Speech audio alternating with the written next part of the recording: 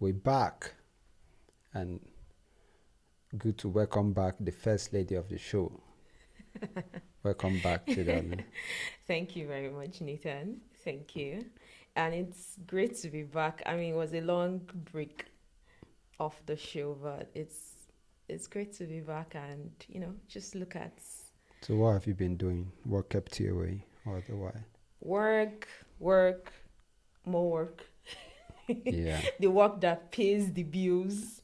That was what kept me away. But of course, there's always, um, you know, that balance is very necessary where you balance the work that pays the bills, and the show where you enjoy, where you get the opportunity to educate people and discuss on trending issues and and how it share your affects knowledge. investors.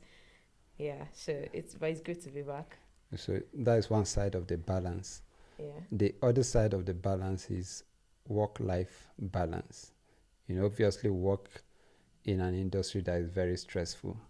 You have a lot to do, and as you grow and ascend in the industry, the work never gets less. True. So how do you manage to balance out the work and your personal life? Now I'm not talking about the show, because obviously the show is like part of the work still. Work. Mm-hmm. Yeah. Okay, so that balance, I'm guilty of imbalance. So I think I'm still achieving that balance is easier said than done, Yeah. right? Because most of the times there's that entanglement between what you do, especially when it's your career path Yeah. and your personal life. There's always that entanglement. So it's very difficult to, map out that differentiation. Where does work end? Whether it means career, work, where does it end and where does the personal life start? So it's, that balance. I guess maybe like every other person or maybe some other people, we're still trying to achieve Strike that balance. strike that balance. But, well, it's an ongoing journey. So we'll just keep working at it until we get there. But in the meantime, we'll take what we see. So apart from being a fan of Liverpool, what what else do You'll you never walk alone. what else do you enjoy doing? um, Watching Liverpool matches. That is all. I mean, there's always having time apart with family and friends. Yeah, I enjoy that. I enjoy just being in my space. Just whether it's watching a movie or just, sometimes just maybe scroll mindlessly through social media. That's alone time is also one of the things I enjoy. Some will call it introverted behavior, but Being in your space. yes, just in for a prolonged period of time. Some will call that introverted behavior, but well, let's just say it's a human thing. It's a Yeah, human thing. everybody has some sort of affinity, what their natural response. Like there are people who like being in their space alone. Okay. There are people who can't stay still. They Yeah. want to be out there. They want to be mixing up with people, other people. But the way I see it like as humans, we are living beings. We are like plants, Okay. and when you have a plant, a flower in a room, it doesn't blossom. It won't blossom properly. But when the flower is outside, experiencing the sunlight, Yeah. it brings life into it. Yeah. So I mean- think we all owe ourselves that responsibility to, find something to do outside work, Work. outside the house, By just the way, some Liverpool sort has of a match with Newcastle leisure today, activity. Okay. So you're going to watch that? so. Yes, definitely. All right.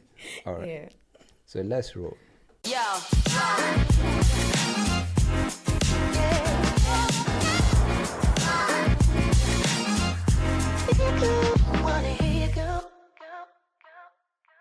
All right, welcome to a brand new episode of Market Tape. This is the show where we bring you up to speed with happenings in the Nigerian and global capital markets. Before we get into the discussion of the day, this show is purely for information purposes. Nothing said on this show should be construed as an investment advice. Investing comes with a lot of risk, and you want to make sure that you are speaking with a professional and getting that professional guidance before you put any of the insights we share on this show to use. And we're coming off a very interesting week. Again, markets are down, even though we saw the S&P 500 post a return of about 2.13% on Friday. But generally, the market is down for the week again. Same with the Nigerian market. The all-share index was down again this week. I think for the third straight week, the all-share index is down. Obviously, crypto currencies also down. So it's like the uncertainty is not going away, and as we all know, markets will always overreact anytime there's an uncertainty. If there's a bad news, I feel the market deals with negative news better than uncertainties when you don't know what to expect the very next day. Yeah, investors don't like uncertainties because then they get to that point of confusion where you don't know which way to go. Are you buying? Are you selling? And of course, if we piggyback off activities or events from last week. Sorry, there were a lot of the trade wars they continued last week. So we saw mostly between Canada and the US over the course of last week, where Canada imposed 25%, extra 25% electricity charge on the US. I mean, Canada supplies some states in the US with electricity. I think if you look at states like New York, I think California, Massachusetts, and the likes. And Trump threatened a 50% tariff on Canadian steels and aluminiums, and Canada suspended theirs. Trump suspended the 50%, even though the 25% went on. I think it was implemented from Wednesday last week. So it's a situation of when elephants are fighting and the grass, which are the consumers, are the ones suffering. So it's just a lot of uncertainties. And of course, we're not even expecting these trade wars to end, or from everything that has been going on, it's not going to end anytime soon, because of course these countries are coming up with retaliatory measures. So it's just going to be a lot of back and forth. That's a lot of uncertainties for investors.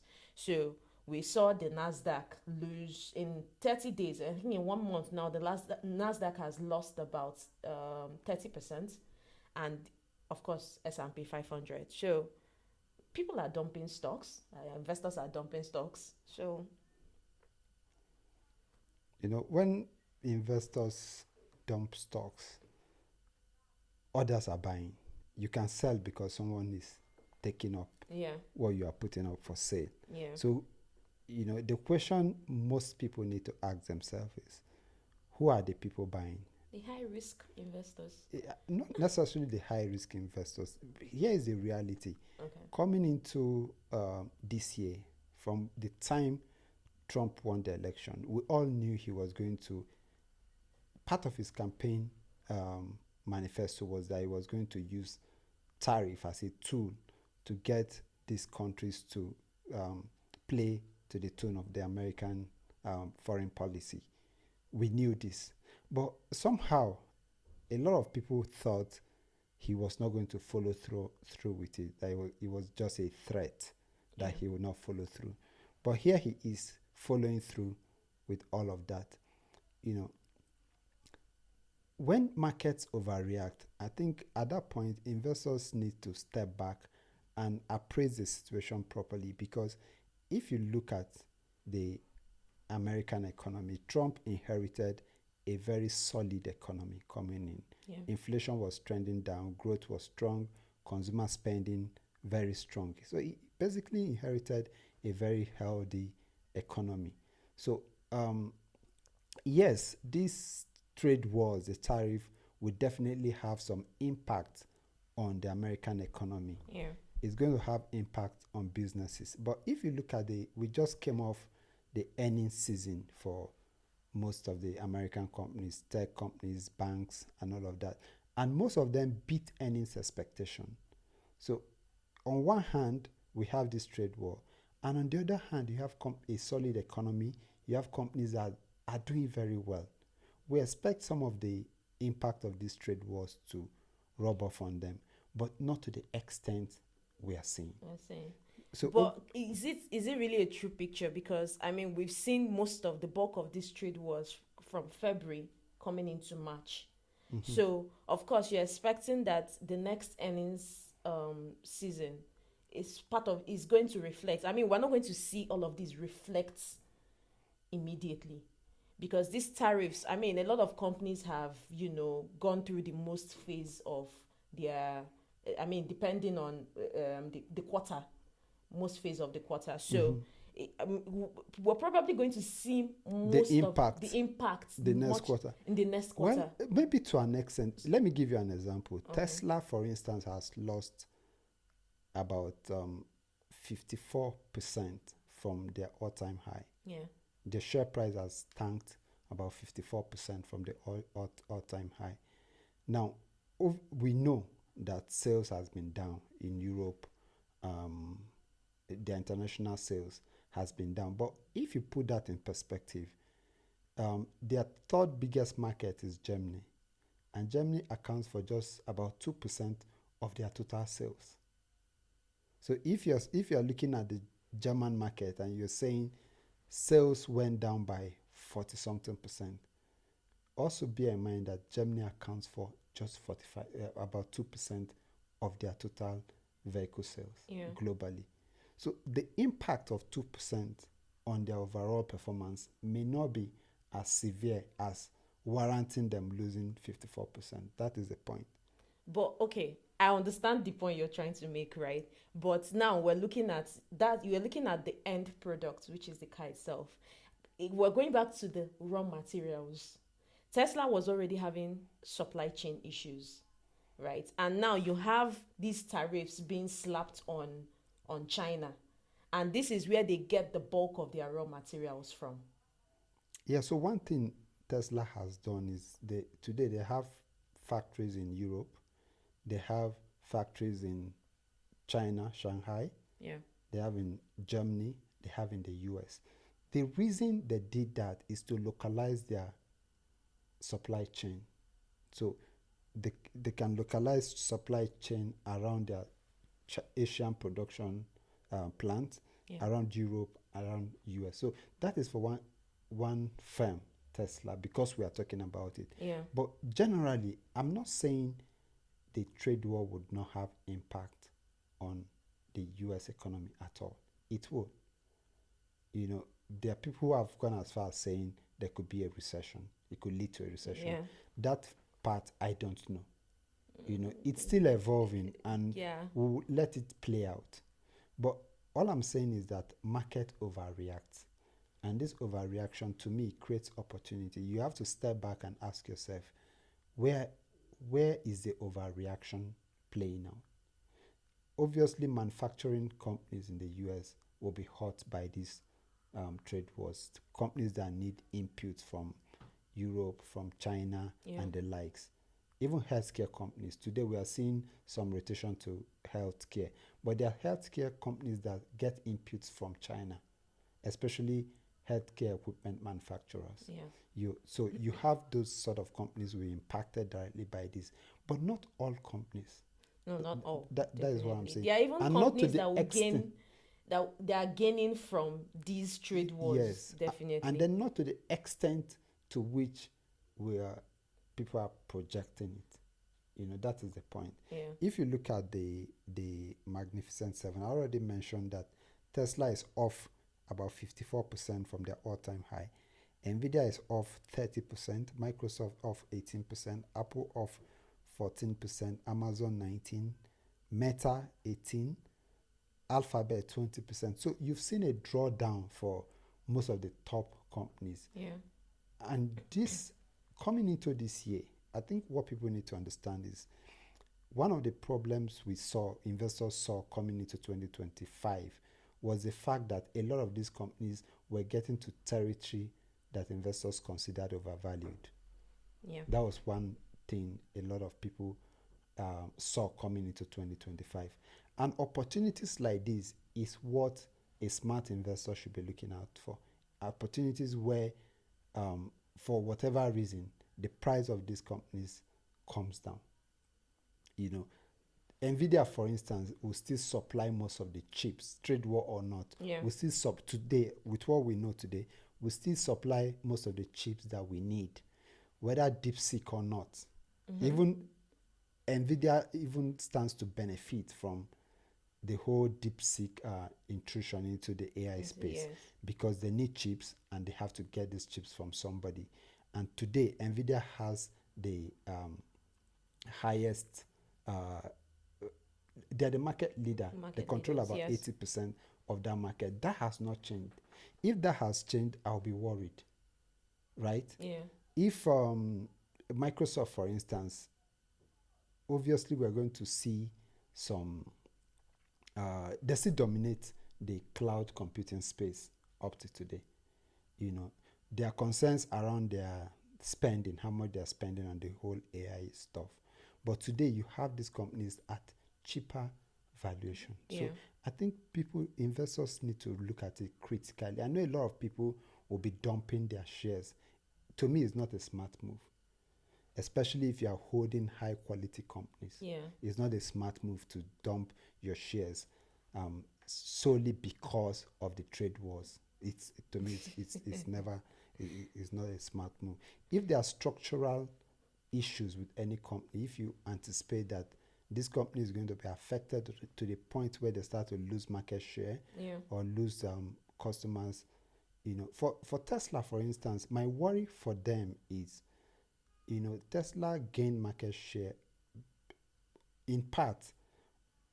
Of course, they have a wonderful product, the Tesla vehicle, but in part, the prominence of Tesla can be attributed to the personality of Elon Musk. Elon Musk, yeah. So him being so political today, to me, will start to erode some of that goodwill that he has won for the company.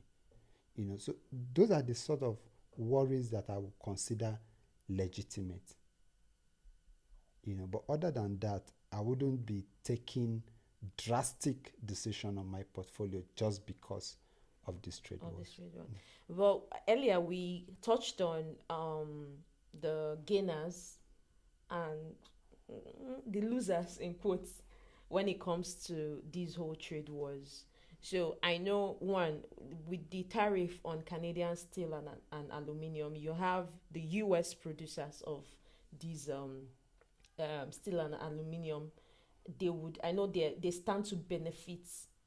They stand to benefit from these trade wars. Yeah. And of course you have I think I was reading up somewhere, and I think one of the analysts suggested warehouse owners. Warehouse owners will be one of the warehouse American companies. Sorry, warehouse owners will be one of the industries that stand to benefit. Is that an industry? I don't know. Warehousing.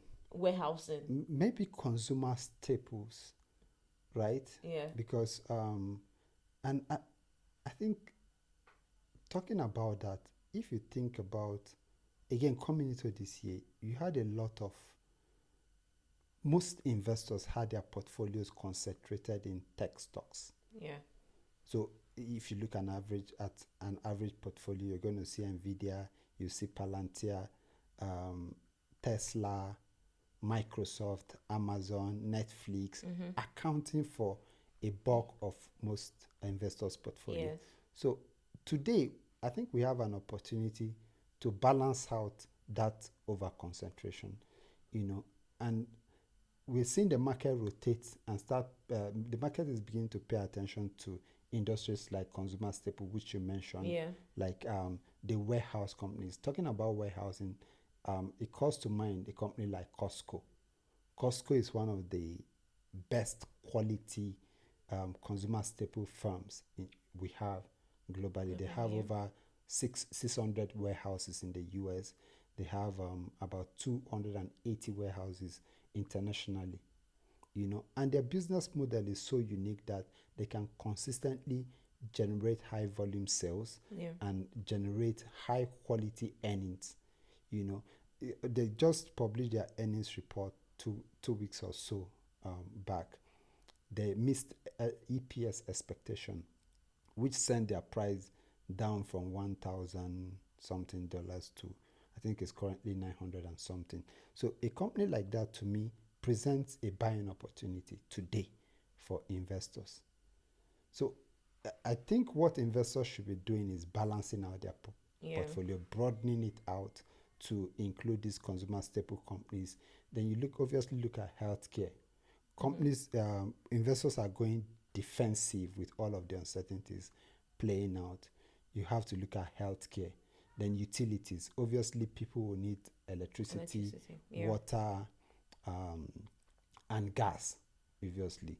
So you start to look at companies like Next Era Energy, and then in the healthcare space, you start to look at companies like Eli Lilly, which is another high quality name out there. Yeah. So I think the opportunity for most investors today will be to broaden out their portfolio, balance it out, and diversify away from these All tech those names, tech names. over concentration in the tech names.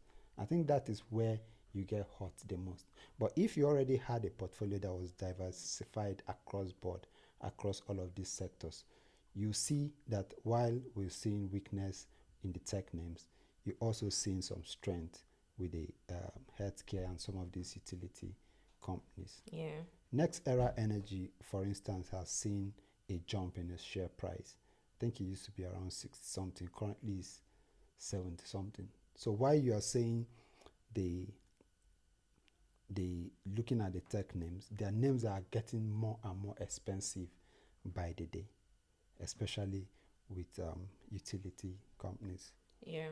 So I think it's like you said, it's just for investors to. This is a time to basically look at your portfolio and make some crucial decisions when it comes to your portfolio in terms of over concentration in those tech stocks and looking to diversify into other industries. Now, moving away from the stocks, the markets, or the stock markets, if we look at the impact of this on the U.S. economy, we were talking earlier about the U.S. economy. Now, inflation for the U.S. inflation for February was at 2.8%, 8%. which is down 0.2% from January figure. But and then we're also looking at FOMC meeting This week? this week. We're looking at FOMC meeting where the market is expecting that rates stay as they are between I think 4.25% to 4.5%. Of course, that's based off the fact that all of these trade wars we're still watching out how they would affect the economy. For me, I expect inflation to go up, right? Why? Considering that a lot of these tariffs would impact consumer prices.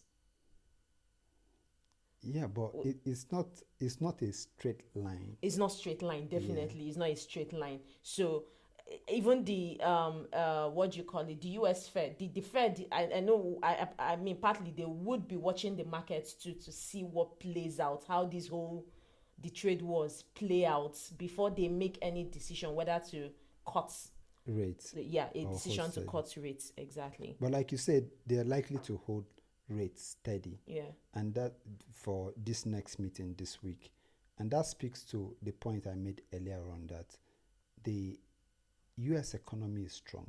Yeah. The inflation has been managed, with crude oil price coming down. I think currently it's around $6-7 per barrel. With crude oil price coming down, it's going to play some role in keeping inflation, in the inflation rates at manageable level. Yeah. So, I mean, we could see a world where inflation rate goes up. That is a possibility. But again, it speaks to the sort of overreaction that we're having regarding these trade wars. Yeah. The first reaction is that yeah, prices will go up, price of imports will go up, and it will be passed down Consumers. to consumers. Yeah.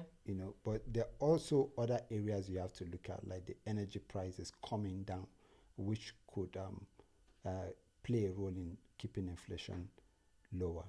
Okay. Yeah, so I think it's still a situation that is still evolving, Yeah. and we just have to wait and watch it Play play out. out, play out. All right. So we're talking about investors looking at their portfolios, right? Now, this speaks to just mostly the US markets. Now, I know part of 2025 outlook, the outlook Sylvester had for this year. Part of what our recommendations were for people to diversify beyond the US, start looking at other markets beyond the US markets, right? So just to reiterate on that, which other markets should people be looking out for to diversify their portfolio beyond the US market? To be honest, is for an average investor, it's actually difficult to look beyond the US market, Okay. because if you look at these companies that we term US companies that are listed on the S&P 500, most of them are global companies. They're companies that have operations all over the world. So trying to pigeonhole them and say this is a US company, to Yeah. me, it's not being fair to yourself, because most of these companies are more international than local. Local. Yeah. So if you're looking as an investor, if you're looking at diversifying, you need to really understand what you're trying to do. Obviously, the US market in the last 15 to 20 years has outperformed every other market in the world. And it's not difficult to see why. US companies, the environment creates room for accelerated innovation. Yeah. They have a very flexible labor market, right? They have cheap source of labor, you know, compared to continents like Europe. They have the labor market, and most importantly, they have the domestic market. If you look at Europe, the domestic market, the consumer spending power is not very strong. It's not as strong as the US market, Yeah. which is one thing they have going on for them. But with all of what Trump is doing, it does appear as if the American economy might shoot itself in the foot. Yeah. Because if you start to aggressively deport immigrants, you are chipping at your Production. labor market, Yeah. your efficient production. Mm-hmm. So it's because of issues like this that investors are beginning to look outside. But if you're looking at the European market, for instance, what you will not get is that strong consumer spending power. You won't get that population. Yeah. You won't get that domestic market that can accelerate revenue and accelerate profit, which is why the US market remains very important. But obviously, you can look at Europe and identify a handful of companies in the healthcare sector, for instance. You can also identify companies like ASML Yeah. in the semiconductor space. Then you look at Asia, you have Mercado Libre in South America. Mm-hmm. You have a lot of semiconductor companies in Asia. So you can find a handful of opportunities outside of the US. But what I'm saying is that The waiting. as of today, Yeah. the bulk of investors' portfolio will still be the US market. So I think it comes down to the weighting in the portfolio. Yeah. So people should look at what the weights of those. If people decide to make these diversifications into other economies or other markets, then they should. It's position sizing. What size are you What size? allocate? And again, there's some hope that we'll start to see a turnaround, because one thing with situations like this, where you have these tariffs imposed on sovereign countries, is that the countries will start to look inward. Yeah. Today, Germany is the new German government is proposing to go on a spending spree of about $500 billion over the next couple of years to invest in infrastructure. And the aim is to strengthen the German economy, to revitalize the economy. Yeah. And if you start to see this sort of move by the European Union and other countries, then you can now start to see some. It will reflect in the market. It obviously will reflect in their market, and you give investors alternatives to the U.S. market. Yeah. So, we've spoken on the U.S. market a lot. Yeah. So, earlier when we started, we spoke on the markets that have been down. Part of that is the NGX, which has been down for the third straight week. So, I know in previous episodes which I've watched, there have been conversations around the NGS.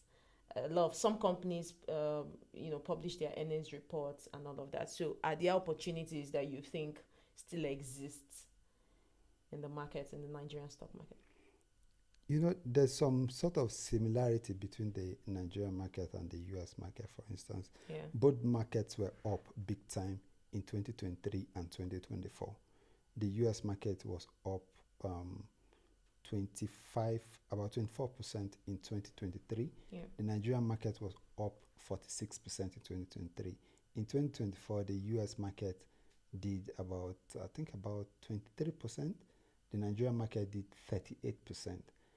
And as it's natural with investors, you expect that trend would continue. Yeah. That's the expectation. Mm-hmm. Obviously, we had a lot of expectation with the new government in Nigeria, which is what triggered the growth that we're seeing.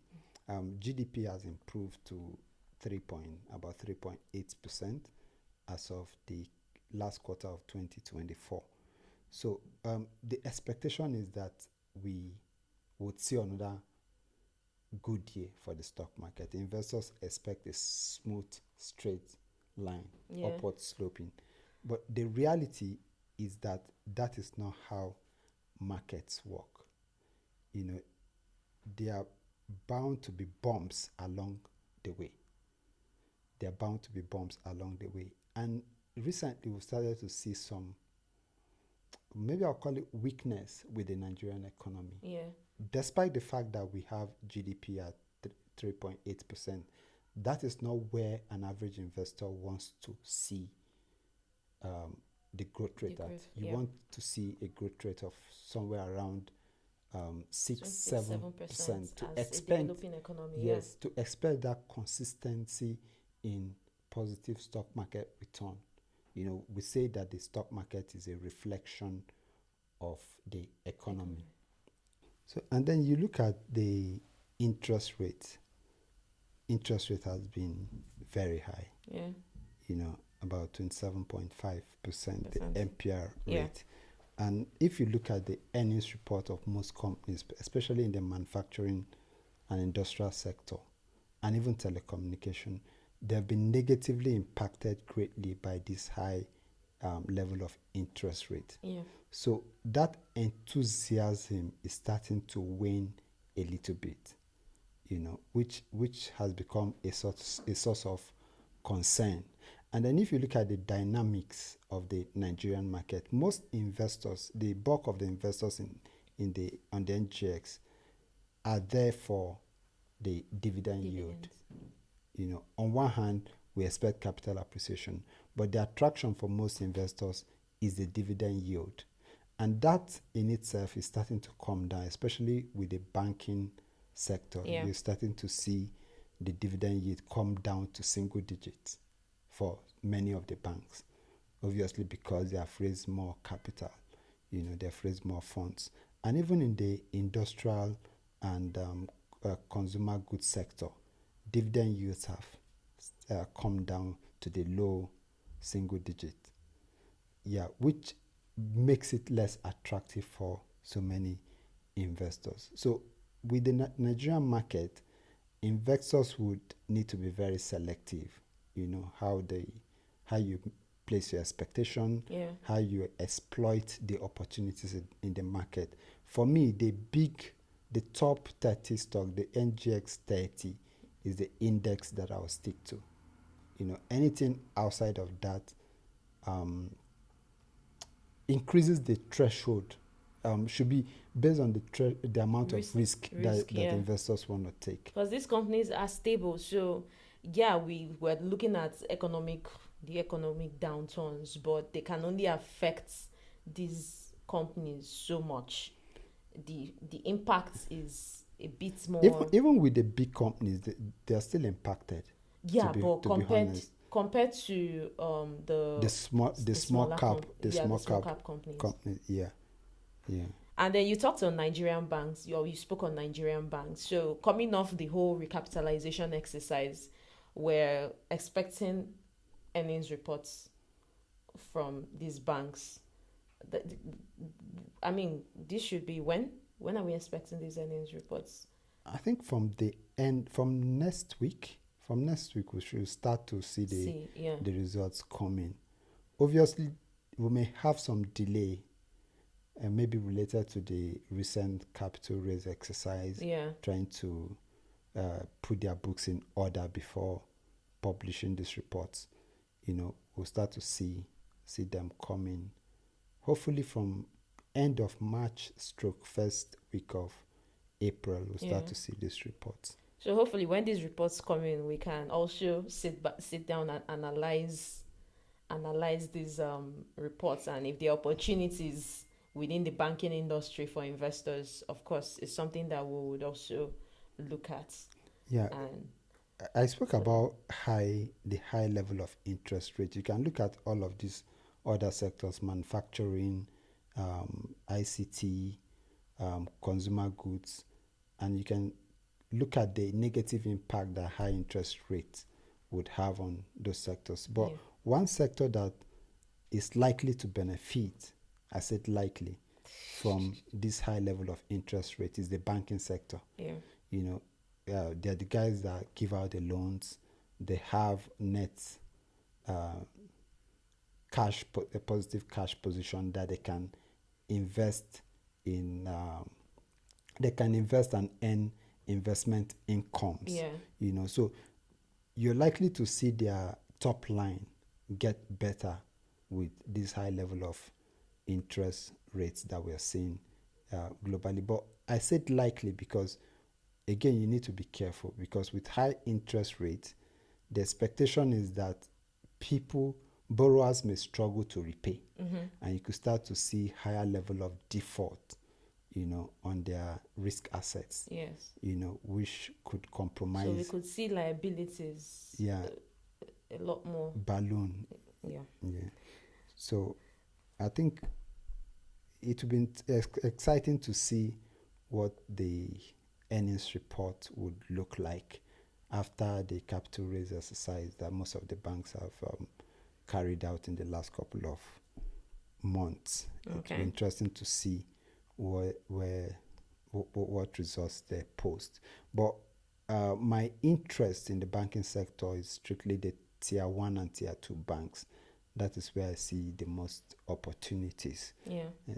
And then for the rest of the NGX, you look at the agriculture sector, prices have really gone very high, with the likes of the stock price has reached an all-time high for the likes of Presco,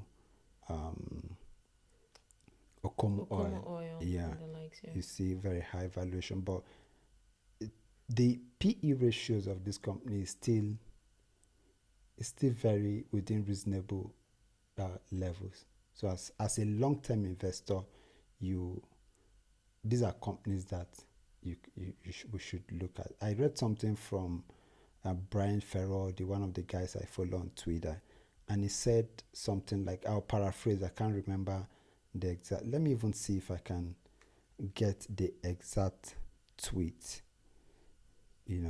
and he said something on how he buys, or how he would buy a stock. I hope it's here. Oh, it's here. Okay. So he said, I am not interested in paying 70 cents for something worth $1 today and then selling it when it hits $1. That strategy only pays off once. I'm interested in paying $1.2, $1.20 for something worth $1 today, but could become 10 plus in time. So what he's saying is that it's okay to overpay for an asset today. Yeah. If that asset over a long period of time is going to create more value for you, rather than trying to earn 30 cents on a dollar. That makes sense. I think it speaks to, I think maybe at this point I should call it our mantra when it comes to investing. It's the best way to look at investing is long term. Long term, yeah. It's long term. There's no need trying to time the market and buy when the market goes up, you sell. There's no need having to do that, especially as an investor. If you're doing it, maybe because if you're a trader, we can forgive that. We can forgive that. But as an investor, the best way to invest is long term. Yeah. Invest long term. So forget all the volatility or up and downs of the market. Just go long term. As long as your portfolio is positioned right, you're investing in quality stocks. So I think it also goes to something I can't remember who said that. So it says a $1 how was it put? I think it was comparing a $1 stock and a $100 stock. That a $1 stock is not cheaper. It's not cheaper than a $100 stock. So it just speaks to the quality of stocks you're investing in. So that a stock is cheap is cheap does not mean it's quality. Cheap in absolute value. In absolute value, exactly. Does not mean that it's a quality stock. So you would see maybe someone who has probably, for example, $5,000 to invest today would rather say, oh, I want to have penny stocks. Penny stocks. There are conversations like that. As investment advisors, you meet people who you have those conversations with, and they tell you, oh, I just want to have plenty. They just want to look at their portfolio.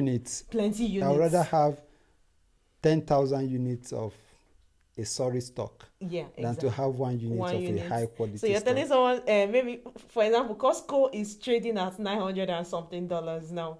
So, of course, when you're having that, if you have 5,000, probably you would have only five units of barely Costco. Barely 5 units of Costco. So I think it just speaks to that. People should look at quality, not necessarily the price. Yeah. Not necessarily the price of the stock. But we're talking about moving over to the fixed income markets. That's one of the markets that a lot of investors in Nigeria, over the past more than a year, a lot of investors moved to the fixed income markets because, of course, rates have been very high, all-time high. Well, recently we saw rates start to come down, and then last week we saw rates go up slightly. The last auction closed at the 1 year closed at, I think, 18 points, 18.63, 18.43. 18.43%, which is up from the 17.9. I can't even remember. The last one was 17.8. 17.8, and this traded up to 18.43. So, of course, we've seen the interest rate start to, maybe go up slightly again. So, what do we expect? Because we also saw we have another auction which was unexpected. A Treasury bill auction coming up. The one on the last 19th. week was unexpected. It was unexpected, and then we have this one again, which is about, I think, 800 billion naira. They're selling 800 billion naira. So, just what do you see? The markets. What are we expecting basically? I think the reversal in rates came off as a result of all of these global uncertainties that we've seen in the last couple of weeks, and you had so many foreign portfolio investors dumping their positions. They are in the fixed income market, that is, and obviously that impacted the FX market, because when these guys sell, they need FX to convert their money back to their home currency. So as a result of the sell-off we've seen in the last couple of weeks arising from these uncertainties, we started seeing pressure on rates again. If you looked at the last auction, we had the one before the previous week was the total bid submitted was about around 1.8 trillion, but this one was 1.1 trillion, So yeah. which was very far from what we saw, the demand we saw from the previous auction. So because of the sell-off and the weaker demand today, DMO will be forced to raise rates. Raise rates. And to putting the next auction in context, 800 billion is the highest they have tried to raise this year, since the beginning of this year. And that tells us that rates may likely go closer to 19% at the next auction. And it is a great time to still take advantage of the high rates. Yeah. And a great time to be an investment advisor. Sure. Because in this profession, you want to be advising clients at a time. The wish is that at every point in time, you have a plethora of opportunities, mouth-watering opportunities for your clients. And at times like this, I'd say blessed are those who have cash to invest, for the True. reward will be plentiful. That's true. That's true. Because these rates will not.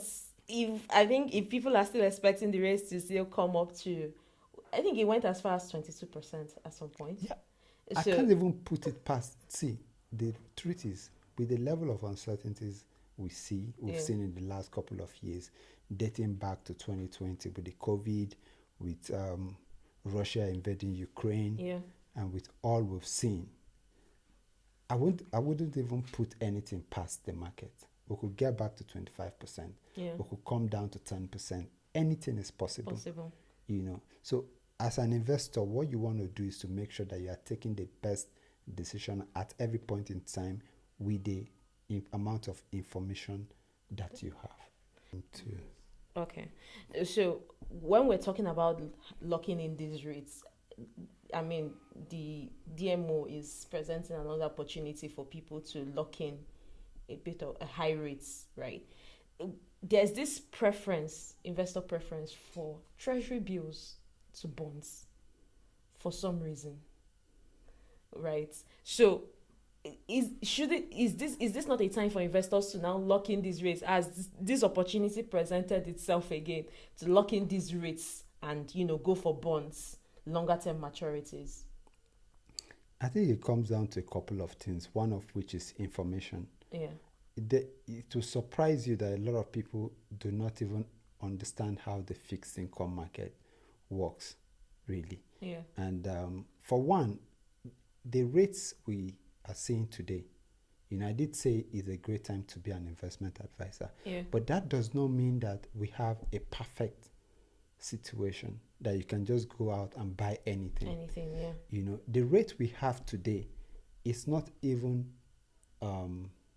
covering inflation rate.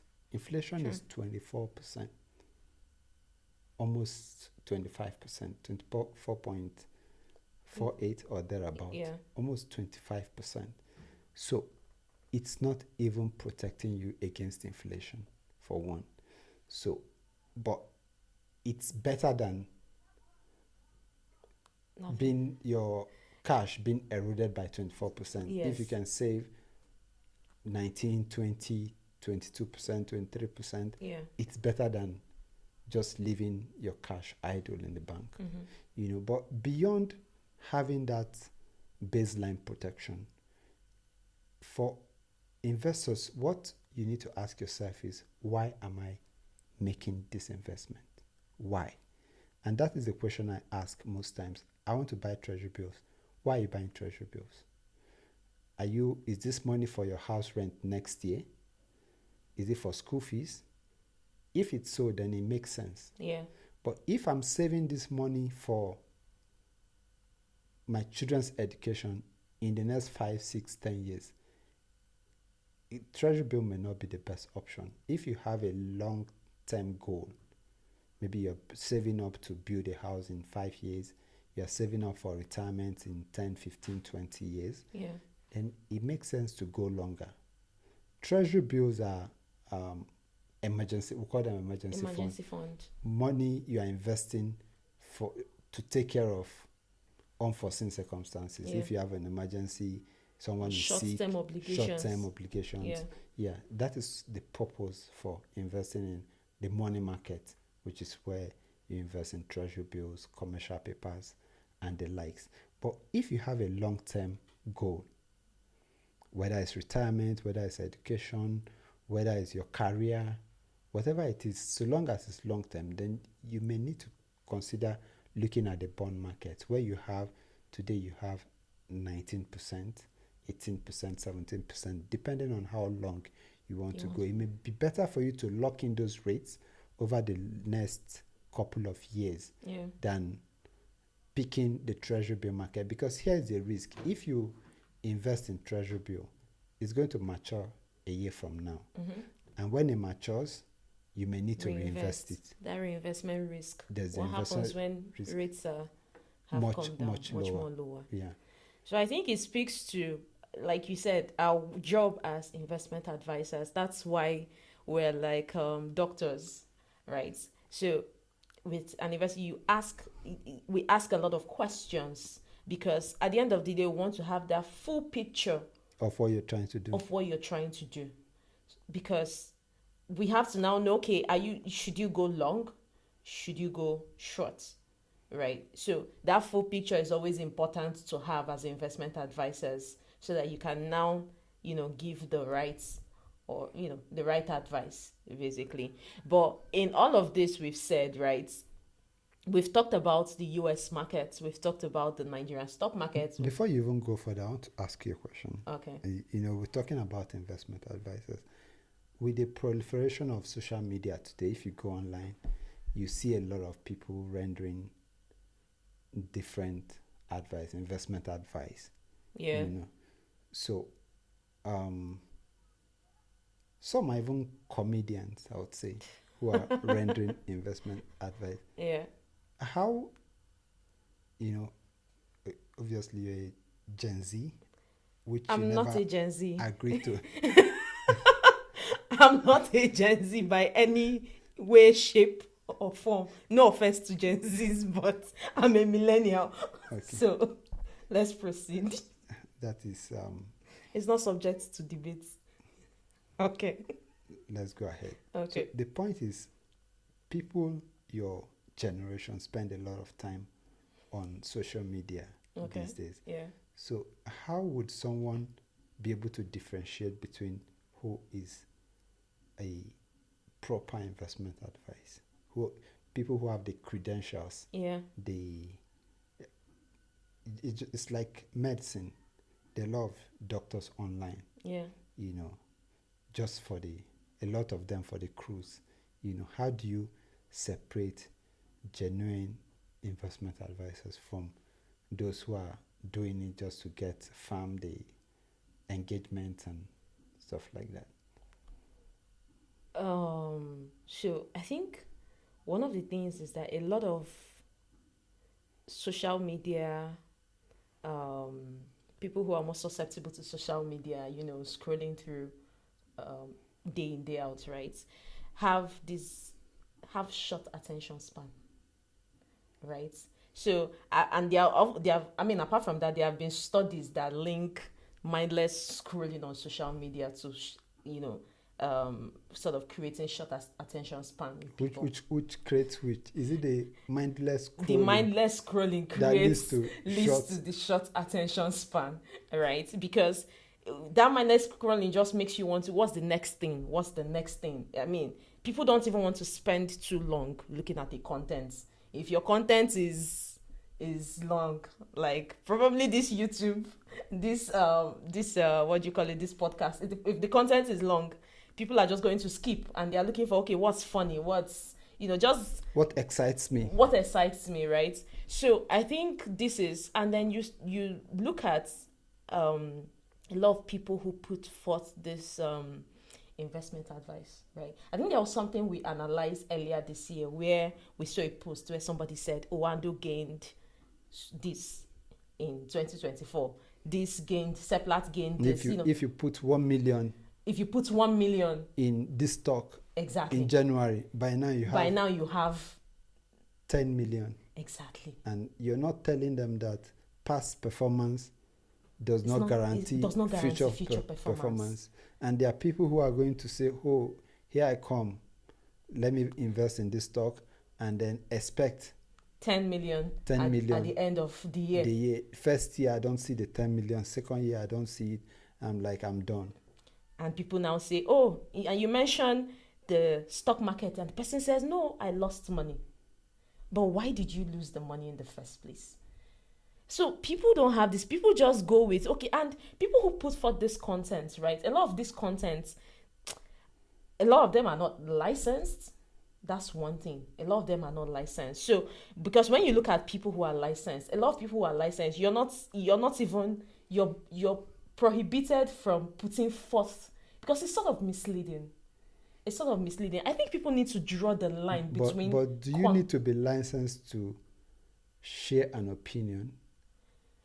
So the thing now is people need to be able to differentiate, right? I think it comes down to, if I want to put in my money into something, the bulk of it rests on me to be able to do your due diligence. Do my due diligence. So if you're going to go with trend in this day and age where a lot of content that is put out for clicks, for follows, for likes, because of course we're in an age where a lot of people make money from these numbers, number of likes, number of follows, and all of that, number of views, right? So in this day and age where a lot of that, you have to factor in all of those before you make decisions. So you don't just go on TikTok, for example, and you see one investment advice and then you just take it at face value and go put in your money. The bulk is on you to go do your due diligence, except the money, except the money is not...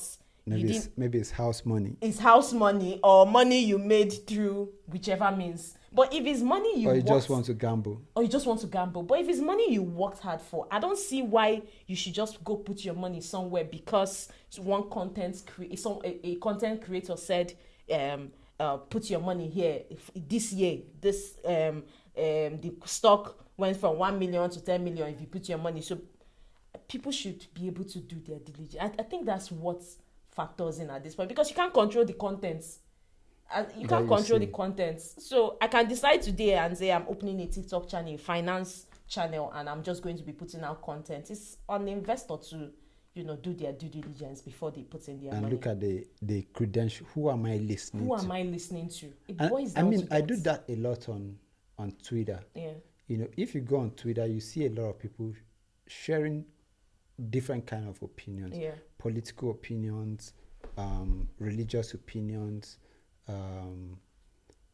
business, investment. Mm-hmm. Yeah. The first thing I do before I start to take anyone seriously is to look at the person's background, your credentials. Mm-hmm. What do you do in real life? A lot of people don't pay that much of attention, and we take it for granted, assuming that people who don't carry out due diligence before making investment decisions, something is wrong with them. The reality is that it's a human nature. We assume that as human beings, we'll carry out proper due diligence before making financial decisions. Yeah. But that is not what happens most of the time. If you live on the street and there's a bank next to your house and there's another bank 2 blocks away or 2 streets away from your street, there's a very high chance that when you want to open an account, you're going to go to the bank near your house. Yeah.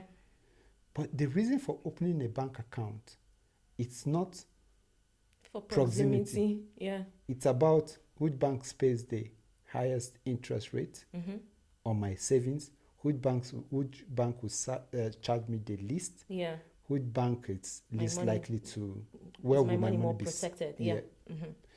The reality is that most people who open accounts don't consider all of this. Yeah. I know someone who works there That's why I opened the account. It's close to my house. It's human nature. But when it comes to investing, knowing that it has a lot of implication, especially to your long-term welfare, your retirement, your family's fortune. Yeah.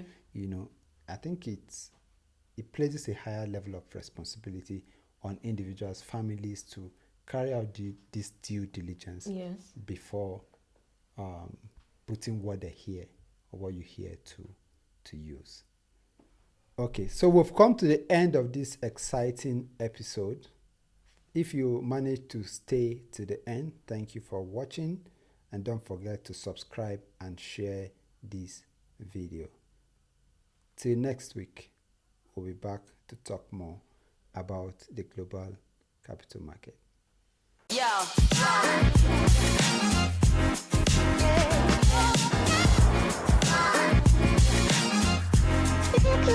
Wanna hear you go.